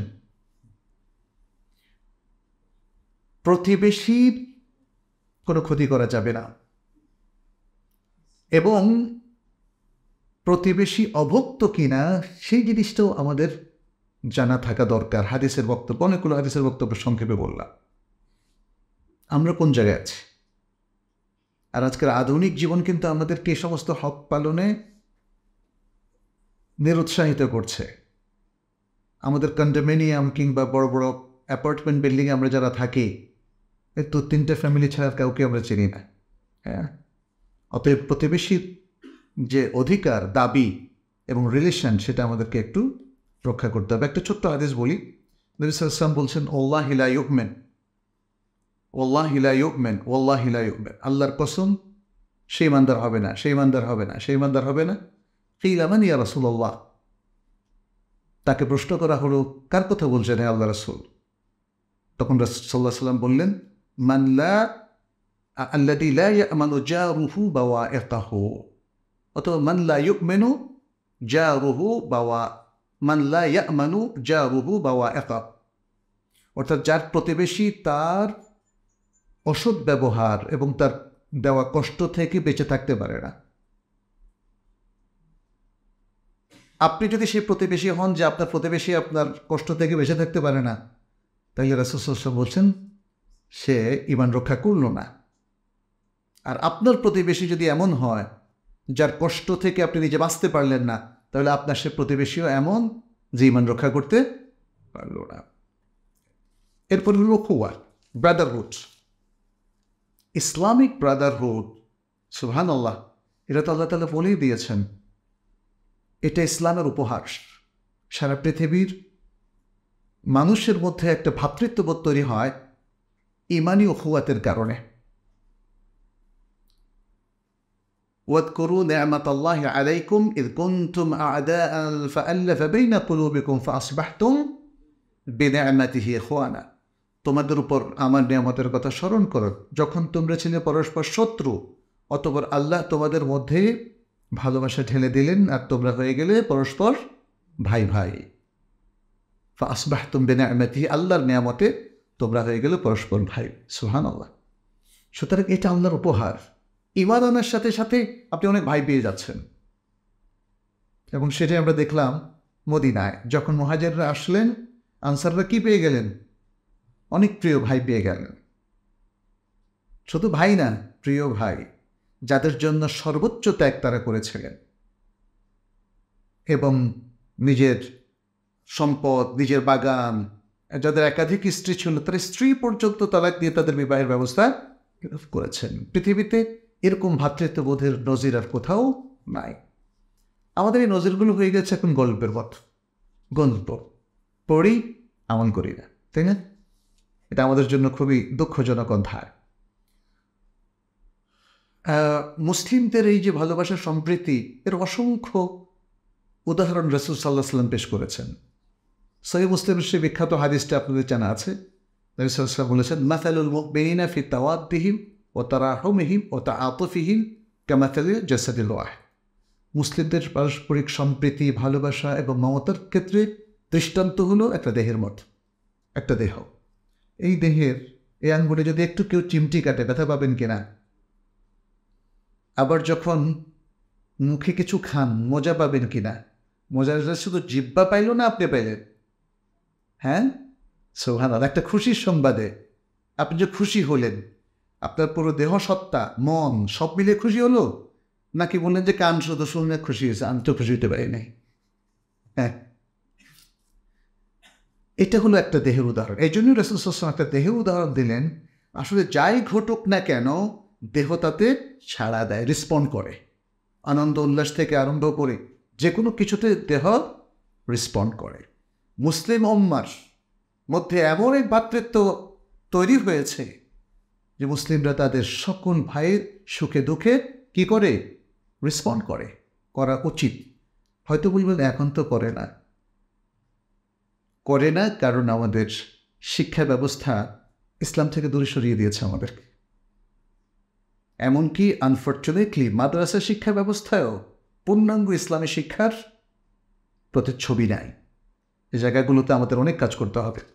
এরপরে আরেকটা বিষয় হচ্ছে সাদাকা। এটাও ভ্রাতৃত্ববোধের সাথে জড়িত। আজকে এই যে বর্ণাঢ্য ভাই বোনেরা, আলহামদুলিল্লাহ আমরা এখানে দেখেছি যে সবাই এগিয়ে এসেছে, কিন্তু যদি আত্মসমালোচনার দৃষ্টিতে আমরা বলি, সবাই কি আসলে এগিয়ে এসেছেন? তাই না? আর যদি আপনারা কেউ বন্যার্থদের বিভিন্ন জায়গায় সফর করে থাকেন, তাহলে দেখবেন যে অনেকের কাছে পর্যাপ্ত পরিমাণে সাহায্য পৌঁছে নাই। এমনও দেখা যায় যে কারো কাছে অনেক বেশি পৌঁছেছে, কারো কাছে পৌঁছে নাই। তাহলে আমাদের সমস্যাটা কি? আমরা সবার কাছে কেন পৌঁছাতে পারলাম না? হয়তো বলবেন যে আমাদের ইচ্ছার ঘাটতি ছিল না, ক্যাপাসিটির ঘাটতি আছে। কিন্তু ক্যাপাসিটির ঘাটতিটাও আসলে সত্যিকার অর্থে গ্রহণযোগ্য নয়। কেন ক্যাপাসিটির ঘাটতি হবে? তাহলে একদল মানুষ কেন তারা আমাদের দৃষ্টি আকর্ষণ করতে পারল না? কেন তাদের সবার কাছে আমরা ত্রাণ পৌঁছাতে পারলাম না? কেন সবার নিড এবং অভাব আমরা দূর করতে পারলাম না? এ প্রশ্নের উত্তর কিন্তু দিতেই হবে, কোনো উপায় নাই। যারা দায়িত্বশীল তাদেরকে আল্লাহ তাআলা জিজ্ঞেস করবেন, এবং সেই ভয়েই তো আবু বকর রাদিয়াল্লাহু তাআলা, ওমর ইবনে খাত্তাব রাদিয়াল্লাহু তাআলা আনহু জনগণের মধ্যে রাতেও ঘুরে বেড়াতেন। খলিফা ইচ্ছে করলে এখনকার প্রশাসকদের মতো ঘুমাতে পারতেন আরামে, এবং জনগণের সম্পত্তি লুটে নিতে পারতেন।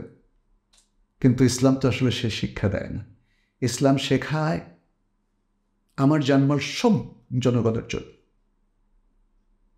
যে দায়িত্ব আমাকে দেওয়া হয়েছে, সে দায়িত্বে আমি এক মুহূর্ত নিজের সুখের জন্য ব্যয় করতে পারি না। এমনটা করেননি আমাদের সালাফ, সেটা করেননি। সুবহানাল্লাহ। আজকে আমাদের শিক্ষাটা কোথায় গেল? অথচ আপনি দেখেন না, আমি যখন এই কথাগুলো বলছি আপনাদের চেহারা দেখে মনে হচ্ছে আপনারাও একটু উদ্বেলিত হচ্ছেন। ওই কথা,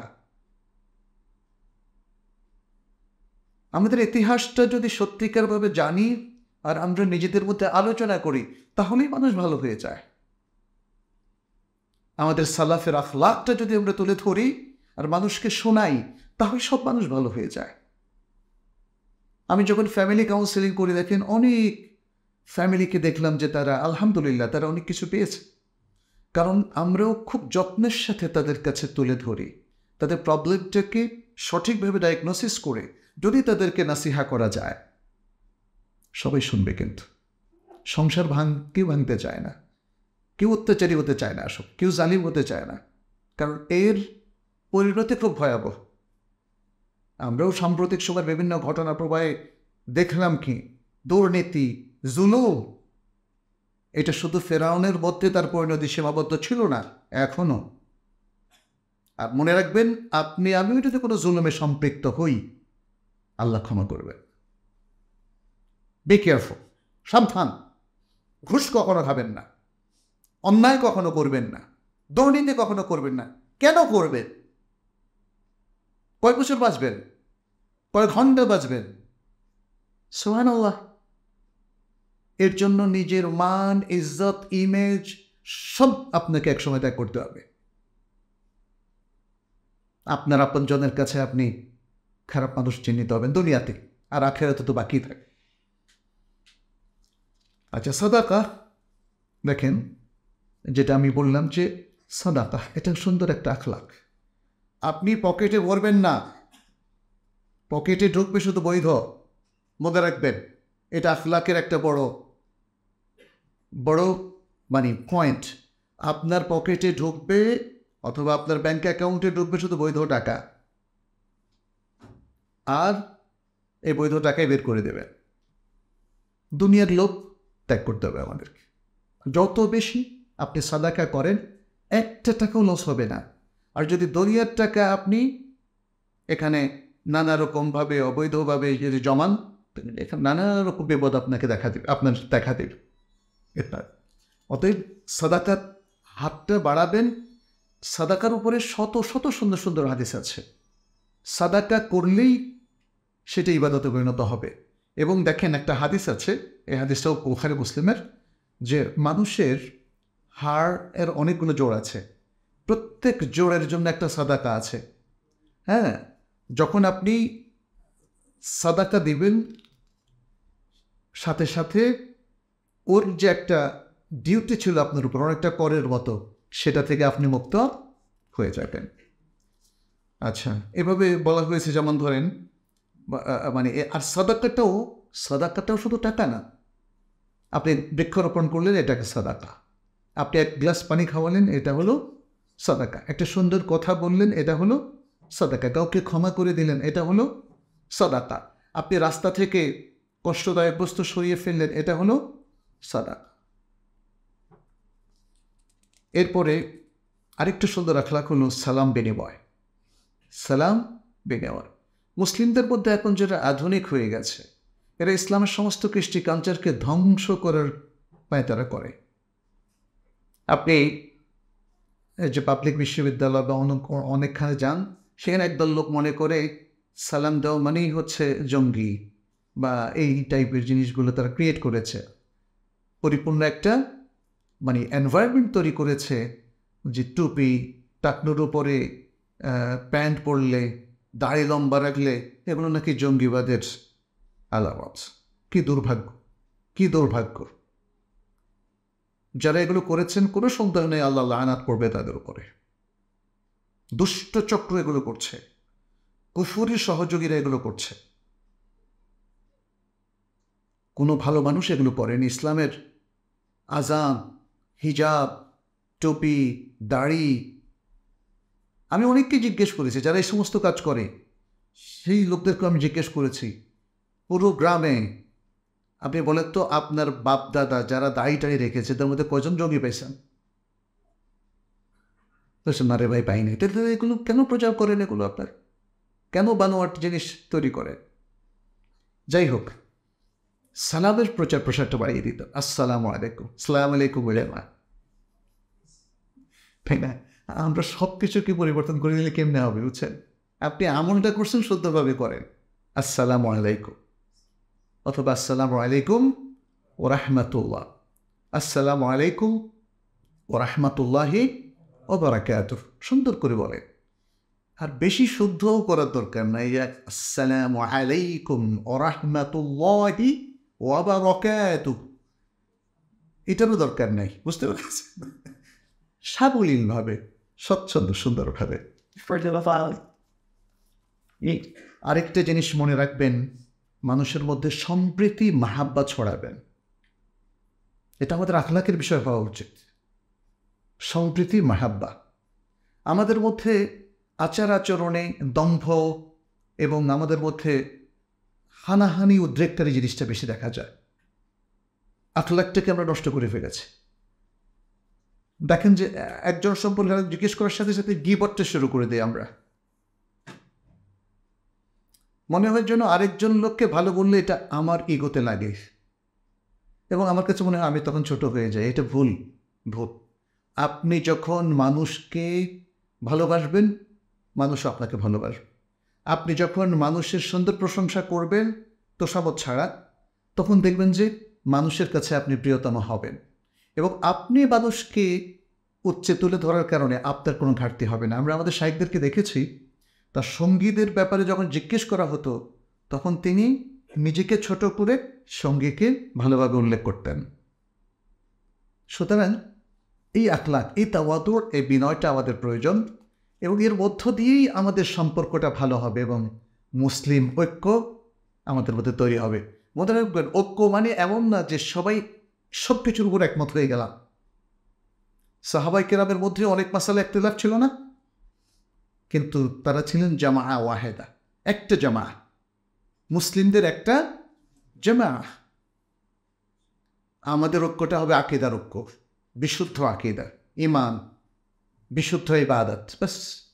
এরপরে খুঁটিনাটি অনেক ইখতিলাফ থাকবে, তাতে কোনো সমস্যা নেই, কিন্তু ইখতিলাফটা যেন ইজতিহাদের এরিয়াকে অতিক্রম না করে, এটা মনে রাখবেন।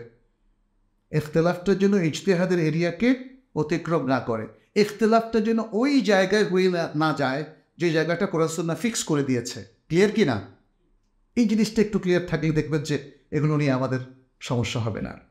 আচ্ছা, তারপরে আরেকটা গুরুত্বপূর্ণ পয়েন্ট হচ্ছে আখলাকের জন্য মানুষের মধ্যে আদল এবং ইনসাফ কায়েম করা। আজকে আদলের উপর আমার খুতবাটা ছিল, যে আমাদের সার্বিক কার্যক্রমে কীভাবে ইনসাফটা আমরা রক্ষা করতে পারি। আদল এবং ইনসাফ মনে রাখবেন, আপনারা যারা এখানে ভাইরা আছেন, পর্দার আলের বোনেরাও আছে, আপনি যদি আপনার স্ত্রীর প্রতি আদল করতে না পারেন, তারও ভালোবাসা পাবেন না। এবং আমাদের বোনদেরকেও বলছি, স্বামীর অধিকার যদি ঠিকমতো রক্ষা না করেন, তাহলে আপনার স্বামীর বোন পাবেন না। আদলটা কত বড় জরুরি বুঝতে পেরেছেন? আপনি বাবা, বদমেজাজি এক বাবা, সন্তানদের কোনো কথাই শুনেন না, আদল রক্ষা করলেন। এক ছেলেকে দিলেন 10,000, আরেক ছেলেকে দিলেন না, তুই কথা শোনাস না, 500 টাকা না, তাই না? এইভাবে করলে আদল হলো? রাসূল সাল্লাল্লাহু আলাইহি ওয়াসাল্লাম কি বলেছিলেন? দিলু বাইনা আওলাদিকুম, সন্তানদের মধ্যে আদল রক্ষা করতে হবে। কাউকে বিশেষ পক্ষপাতিত্ব করা যাবে না। হতে পারে সন্তানদের মধ্যে কেউ অনেক বেশি কথা শোনে, আরেকজন একটু দুষ্ট হতে পারে, বাট আদল মানে হচ্ছে বাহ্যিক যত অধিকার তাদের আছে সেখানে কোনো বৈষম্য করা যাবে না। ইসলাম বৈষম্য বিরোধী, এটা মনে রাখতে হবে। কোনো ধরনের বৈষম্য ইসলাম টলারেট করে না। সুতরাং আর যদি আপনি বৈষম্য সৃষ্টি করেন, গোত্রপ্রীতি, দলপ্রীতি, এলাকার প্রীতি, বললেন যে ভাই আপনার বাড়ি বরিশাল নেই, তাহলে আসেন বসেন, আর ভাই আপনার বাড়ি নয়াদিল্লি, বুঝতে পারছেন? এলাকা ভিত্তিক বৈষম্য, গোত্রভিত্তিক বৈষম্য, শ্রেণীভিত্তিক বৈষম্য, পেশাভিত্তিক বৈষম্য, এগুলো ইসলামে নাই, এগুলো ইসলামে নাই। আর এগুলো যারা করছেন তারা বদ আখলাক, তাদের মধ্যে ন্যূনতম কোনো আখলাক আছে এটা বিশ্বাস করার কোনো সুযোগ নাই। এরপরে আরেকটা জিনিস আমাদের সমাজে এত ব্যাপকভাবে বাড়ছে কেমন আমি বুঝতে পারছি না, সেটা হল হিংসা এবং বিদ্বেষ। মনের জন্য প্রত্যেকে হিংসা বিদ্বেষের উপর এক একটা ডক্টরেট করেছে, কেউ মাস্টার ডিগ্রি করেছে, এরকম মনে হয়। এ ব্যাপারে ডক্টরেট করেছে পলিটিক্যাল পার্টিগুলো, কারণ ওরা এমন বিদ্বেষ করে যে খোলাখুলিতে চলে যায়, আর অন্যরা মোটামুটি অনার্স বা মাস্টার্স করেছে, এরকম। মানে ফেসবুক দেখলেও তাই মনে হয়, সুন্দর কোনো কথা শুনে ম্যাক্সিমামই দেখা যাচ্ছে যে খুব negative negative negative negative negative জিনিসগুলোকে ভাইরাল করছে। এটা থেকে উঠে আসতে হবে আমাদের। হিংসা হানাহানির উদ্রেককারী আখলাকটাকে আমাদের বিসর্জন দিতে হবে। আপনি সব কিছু, এই চশমাটা যদি পজিটিভ চশমা হয় দেখবেন যে সব কিছু পজিটিভ। একজন ভাই ভুল করছেন, তাই না? সেটাকে সুন্দর করে নাসিহা করলে সে সংশোধন করবে। একজন শায়েখের কোনো ভুল হয়েছে, তাহলে তাকে নীরবে একাকী আপনি তাকে নাসিহা করতে পারে। আর আরেকটা জিনিসও মনে রাখতে হবে, আপনার চাইতেও যিনি বেশি জানেন, আপনি তার ভুল ধরতেই পারেন, কোনো সন্দেহ নেই, তার কিছু আদব আছে, কিন্তু আপনারটাই যে ঠিক এটা কেমনি বুঝলেন? কম জানা লোকগুলো এখন নিজেদেরকে বেশি জানা মনে করছে, এটা একটা বড় সমস্যা। এবং বিভিন্ন শায়েখদেরকে রিভিউ করছে, খুব অদ্ভুত। প্রথমত, সমাজের যারা এমন ব্যক্তি যাদেরকে মানুষ মান্য করে, গণ্য করে, তাহলে তাদেরকে যদি আপনি সমাজের ফাত্রা ব্যক্তিত্বে পরিণত করার একটা ষড়যন্ত্র করেন, এটার চেয়ে বদ আখলাকি আর হতে পারে না। এটা অন্যায়। আপনি মুসলিম উম্মাহ বিরোধী একজন ব্যক্তিতে পরিণত হবেন। ফেসবুক একটা নোংরা জায়গা, এখানে নাসিহার জায়গা না, মনে রাখবেন। এই জন্য কেউ নাসিহা নেয় না। আমি দেখলাম ফেসবুকে আপনি একটা মন্তব্য করার পরে আবার পক্ষে বিপক্ষে প্রচুর মন্তব্য চলে আসে। প্রকৃত আন্তরিক নাসিহা যদি করতেই চান, তাহলে ব্যক্তির কাছে যান। সে আপনার চাইতে ছোট হোক, বড় হোক, সমান হোক, যেই হোক না কেন, নাসিহাটা আন্তরিক হওয়া উচিত। কারণ নাসিহা শব্দের অর্থ হচ্ছে কল্যাণ কামনা করা। অতএব এই বিষয়গুলোর সাথে আখলাকের বিশাল সম্পর্ক আছে। মনে রাখবেন, আপনি যা করছেন ফেসবুকে হোক বা নিজের মুখে হোক, সেটা কি গীবতের মধ্যে হয়ে যাচ্ছে না তো?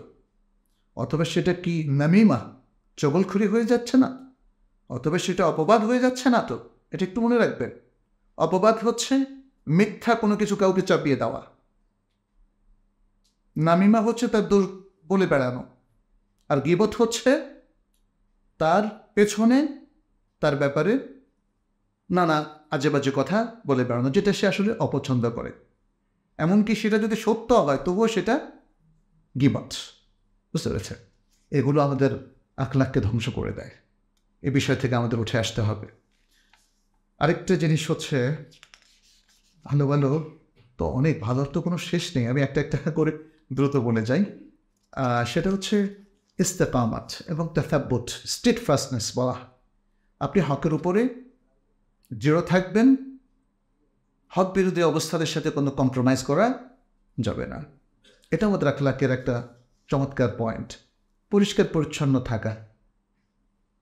একজন লোক খুব দিনদার কিন্তু খুব অপরিষ্কার অপরিচ্ছন্ন, মানুষ কিন্তু তাকে পছন্দ করবে না, তাই না? অতএব পরিষ্কার পরিচ্ছন্নতা। এখানে আমরা যেমন যে ফিতরা, যে আমলগুলো আছে, কোথাও 10টা, কোথাও 5টা, 6টা এভাবে বলা হয়েছে, সেগুলো দ্বারা বোঝা যাচ্ছে যে ইসলাম আপনাকে খুবই পরিচ্ছন্ন দেখতে চায়। আপনার নখ যেন কাটা থাকে, চুল যেন কাটা থাকে, আপনার শরীরের বিভিন্ন লোম যেন পরিষ্কার পরিচ্ছন্ন থাকে, আপনার শরীরের গন্ধ যেন না থাকে, আপনি যেন নিয়মিত গোসল করে ইত্যাদি বিভিন্ন হাদিসগুলোকে একসাথ করলে এটাই বোঝা যায়। এমনকি ইসলাম যেমন এখানে কুস্সে শারেব, মোচ কাটার কথাও বলেছে, তাই না? ইত্যাদি। তারপর আরেকটা হলো ইসরাফ এবং তাবদীর, এ দুটো থেকে নিজেকে রক্ষা করা। ইসরাফ হচ্ছে, কেউ কেউ এর মধ্যে পার্থক্য করেছেন 2 ধরনের অপব্যয়। একটা হচ্ছে অপব্যয় বৈধ টাকা অতিরিক্ত ব্যয় করা, আরেকটা হচ্ছে অবৈধ টাকা অর্জন করা এবং ব্যয় করা, দুটোই। অথবা কেউ কেউ বলেছেন বৈধ টাকা অতিরিক্ত ব্যয় করা আর বৈধ টাকা অবৈধভাবে ব্যয় করা, এটাকে কেউ কেউ তাফসীর বলেছে। ইয়াদাতুল মারিদ, রোগীর সেবা করা, এটা আমাদের সমাজে খুব কম। আমরা রোগীর সেবা করি আপনজন, আত্মীয় স্বজন, এবং সেক্ষেত্রে আরেকটা জিনিসও আসে যে না গেলে কি বলবে। সেটা খুব বাজে একটা জিনিস আমাদের মধ্যে সবসময়। চাই না, আমাদের মাইন্ডে এগুলো কোত্থেকে আসলে, যে এই তালই সাহেব তো অসুস্থ, উনি না গেলে কি বলবে, আবার মেয়েকেও ফোঁটা দেবে, বা মানে আমরা আখলাকের সৌন্দর্য থেকে কিন্তু আমলগুলো করছি না, করছি খোঁটা থেকে বাঁচার জন্য বা না গেলে কি ইত্যাদি। এটা বাদ দিতে হবে। দ্বিতীয়ত দেখেন, যে কোনো সময় মাঝে মাঝে আমাদেরকে যে আল্লাহ কী নিয়ামত দিয়েছেন সেটা স্মরণ করার জন্য হসপিটালে যাওয়া দরকার। আর যদি হসপিটালে যান, তার কিছু রোগীর সাথে একটু কথা বলেন, তাদেরকে একটু সান্ত্বনা দেন, সাহস দেন। প্রত্যেকে যদি মাসে একবার করে হসপিটালে যান, আমি মনে করি এটা মানে মিনিমাম একটা সুন্দর কাজ আপনারা করলেন। তারপরে আজকাল তো যেমন লাশের দাফন কাফনে মানুষ তেমন অংশগ্রহণ করে না, শুধু নিজের আত্মীয় স্বজন ছাড়া কেউ অংশগ্রহণ করে না। অথচ রাসূল সাল্লাল্লাহু আলাইহি ওয়াসাল্লামের হাদিস হচ্ছে লাশের দাফনে অংশগ্রহণ করা, মান শাহিদাল জানাজাতা হাত্তা ইউসাল্লা আলাইহা ফালাহু কিরাত। সালাতুল জানাজা আদায় করা পর্যন্ত যদি কেউ এই লাশের সাথে থাকে তাহলে তার 1 কিরাত, আর দাফন করা পর্যন্ত যদি হয় তাহলে 2 কিরাত। কি বিশাল সওয়াব! আর 1 কিরাতটা কি? 1 কিরাত হচ্ছে একটা বড় পাহাড়, 2 কিরাতটা হচ্ছে দুটো বড় পাহাড় সমপরিমাণ সওয়াব। সত্যবাদিতা, বিনয়, তাওয়াদু। রাসূল সাল্লাল্লাহু আলাইহি ওয়াসাল্লাম বলেছেন, মান তাওয়াদা লিল্লাহি রাফাআহুল্লাহ। যে ব্যক্তি আল্লাহর জন্য বিনয়ী হন, আল্লাহ তাকে অনেক উপরে উঠিয়ে দেন। বিনয়টা আসলে মানুষের কাছে খুব পছন্দনীয়। আর যত বড় হবেন তত বিনয় যদি আপনার থাকে, সবাই আপনাকে ভালোবাসবে। কিন্তু কিছু মানুষ ক্ষমতার দম্ভে, পদবীর কারণে অথবা নিজের জ্ঞানের দম্ভে সব ভুলে যায়। তখন কি হয়? অতীব বড় ক্ষমতা সম্পন্ন মানুষকে ঘৃণা করতে থাকে, বদদুয়া করতে থাকে, তাই না? আত্মীয় না হওয়া মানে সরাসরি তার দ্বারা এফেক্টেড না হলেও মানুষ দম্ভের কারণে কী করে? মানুষকে অপছন্দ করে। এবং কোনো কোনো আলেমের ক্ষেত্রে আপনি দেখবেন, তিনি যদি দাম্ভিক হন তাহলে মানুষ তাকে পছন্দ করে না। তিনি যদি বিনয়ী হন তাহলে মানুষ তাকে পছন্দ করে। আর আমার ক্ষেত্রে একই কথা প্রযোজ্য। আপনি দেখেন না, আপনি বিনয়ী হলে আপনার পরিবারের সবাই আপনাকে পছন্দ করবে, আর আপনি দাম্ভিক হলে আপনার প্রিয়জন কেউ আপনাকে পছন্দ করবে না। রেগে যাওয়া থেকে নিজেদেরকে একটু বাঁচিয়ে রাখ। কথায় কথায় রেগে গেলে মুশকিল, মানুষ আরও খারাপ মন্তব্য করে ফেলে। যদি আপনার রেগে যান, অল্পতেই রেগে যান, তাহলে মানুষ মনে করে যে হয়তো স্ক্রু 2-1টা ঢিলাও থাকতে পারে, মানে নানা রকম মন্তব্য করে মানুষ। অতএব রাগা যাবে না। রাসূল সাল্লাল্লাহু আলাইহি ওয়াসাল্লাম তাকে যখন এক সাহাবী বারবার বলছিলেন, আওসেনি আওসেনি আওসেনি, আমাকে ওসিয়ত করেন, তিনি বলছেন লা তাগদাব, লা তাগদাব, তুমি রেগে যেও না। আচ্ছা, প্রতিবারই তিনি বলছেন, মানে যতবারই ওসিয়ত করতে বলছেন তিনি বলেছেন লা তাগদাব। এটা বুখারীর হাদিস। আচ্ছা, এরপরে মানুষের প্রতি ইহসান করা, সুন্দর আচরণ করা, সুন্দর সুন্দর হাদিস আছে। আর মানুষের প্রতি যদি আপনি ভালোবাসা পোষণ করেন, সেটা হতে হবে কার জন্যে? আল্লাহর জন্য। যদি কারো কোনো কিছু অপছন্দ করেন, সেটাও হতে হবে আল্লাহর জন্য, নিজের জন্য না। আপনার স্বার্থ উদ্ধার হলো না, অথচ ওই ভাই টু দ্য পয়েন্ট আছেন, এটা বুঝতে পারছেন? আপনি একজনের কাছে অবৈধ কিছু চাইলেন, উনি দিল না। কে সঠিক পথের উপর আছে বলেন তো? যিনি দিলেন না। আপনার চাওয়াটা কিন্তু আবদার এবং অন্যায় আবদার, আপনি রেগে গেলেন। এটা কি আল্লাহর জন্য ভালোবাসা এবং আল্লাহর জন্য অপছন্দ হলো? আপনি যে তাকে অপছন্দ করলেন, এটা আল্লাহর জন্য হয় নাই। এটা মনে রাখতে হবে। আজকাল মানুষ অনেক অন্যায় আবদার করে, বিভিন্ন ফোর্সের কাছে গিয়ে অন্যায় আবদার করে, অফিসে অন্যায় আবদার করে, আরেকজনের জমি নিয়ে অন্যায় আবদার করে, আরেকজনের জিনিস নেওয়ার জন্য অন্যায় আবদার করে। মানে জিনিসটা আর এখন ছোটোখাটো ব্যাপারের মধ্যে নেই, অনেক বড় হয়ে গেছে। এটা করবেন না, কোনোদিন অন্যায় আবদারও করবেন না। যা করেন, আল্লাহ যেটাকে আমাদের জন্য বৈধ করেছেন তার মতে সে আবদ্ধ থাকবেন। তো সুতরাং আল হব্বু ফিল্লাহ ওয়াল বগদু ফিল্লাহ, যদি এর উপর থাকতে পারেন, এর কিন্তু অভাবে খাওয়া আছে। একজন বলে যে আমি আপনাকে আল্লাহর জন্য অপছন্দ করি, এটা কি আখলাক হলো? এইভাবে কোনো শ্লোক আমরা দেখি না আমাদের সালাফের মধ্যে। আয়েশা বলতেছে, ভাই আল্লাহর জন্য আমি আপনাকে অপছন্দ করি, আল্লাহর জন্য আপনাকে ঘৃণা করি। হ্যাঁ, এইটা হলো না। আপনি তাকে নাসিহা করবেন। আসলে কারো কোনো ভুল দেখলে তাকে আল্লাহর জন্য অপছন্দ করে ফেলবেন, এর আবার কোনটা? অপছন্দ করবেন পাপকে, অন্যায়কে। কিন্তু একজন মানুষ যদি একটা অন্যায় করে, একটা ভুল করে, তার কি তওবার সুযোগ নেই? আমার আপনার উচিত হবে তওবার জন্য তাকে সুযোগ করে দেওয়া। উচিত হচ্ছে তাকে সংশোধন করা, রাসূল সাল্লাল্লাহু আলাইহি ওয়াসাল্লাম বলেছেন তোমরা জালিমকেও সাহায্য করো।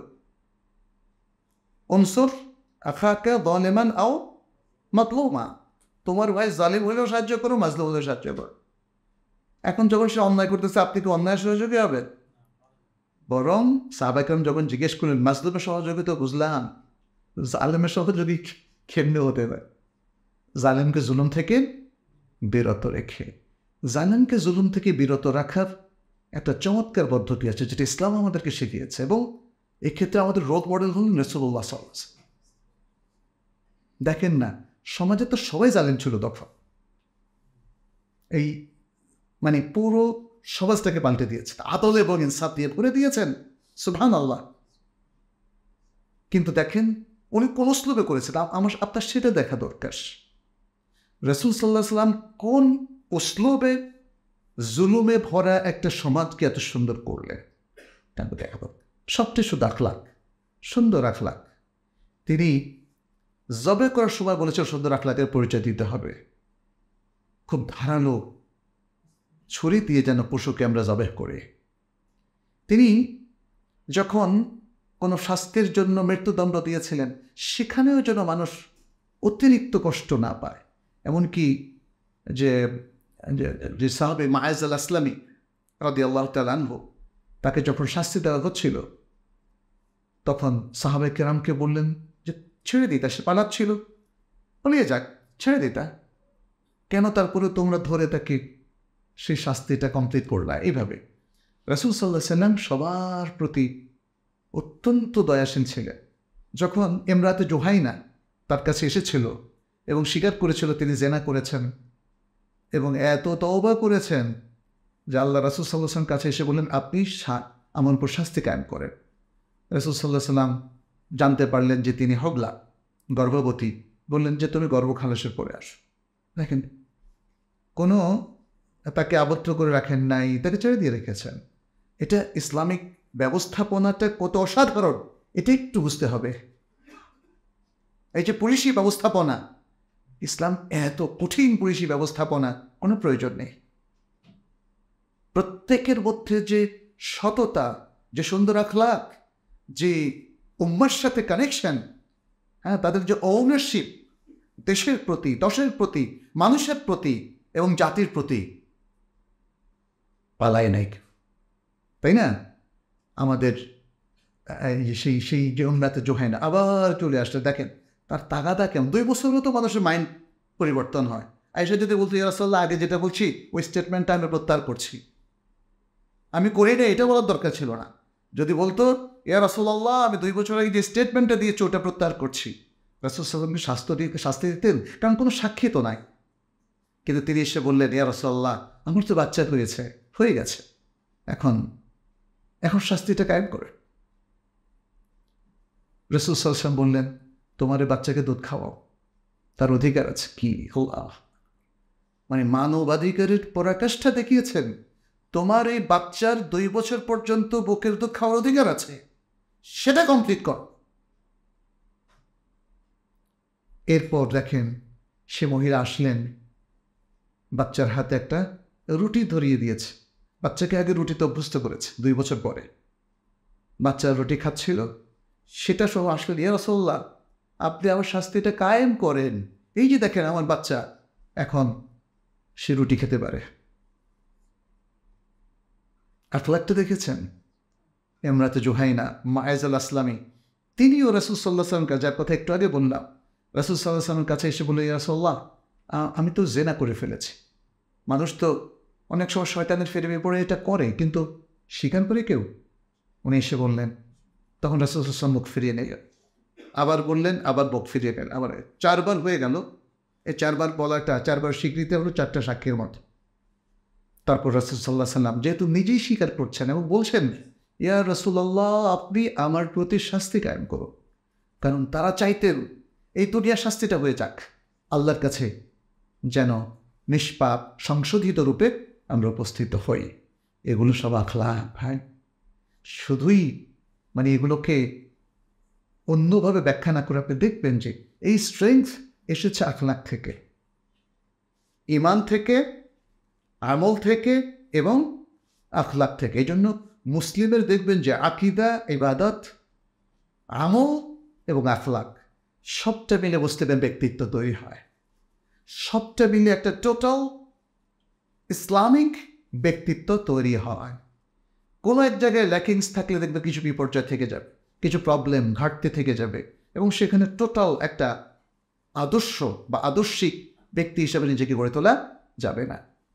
তো আসুন আমরা এইগুলো অনুধাবন করার চেষ্টা করি এবং এর মাধ্যমে আমরা আমাদের চিন্তা চেতনা থেকে আরম্ভ করে ঈমান, আকীদা, বিশ্বাস, আমলকে গড়ে তুলি আর সমাজের সবচেয়ে ভালো মানুষ হিসাবে নিজেদেরকে প্রতিষ্ঠিত করি। নৈতিকতা বিরোধী কোনো কথা এবং কাজে আমরা লিপ্ত না হই। যদি কখনো হয়ে যায় তওবা করি, ব্যাস এটাই কথা। মানুষ ভুল হতে পারে, তার রিকভারি একটাই, সেটা হলো কি? তওবা। তওবা করলে মানুষ নিষ্পাপ হয়ে যায়। আল্লাহ আমাদের সবাইকে তৌফিক দান করুন। এতটুকু বলে আমি শেষ করছি। হাদা সাল্লাল্লাহু আলা নবিয়িনা মুহাম্মদ ওয়া আলা আলিহি ওয়া সাহবিহি আজমাইন।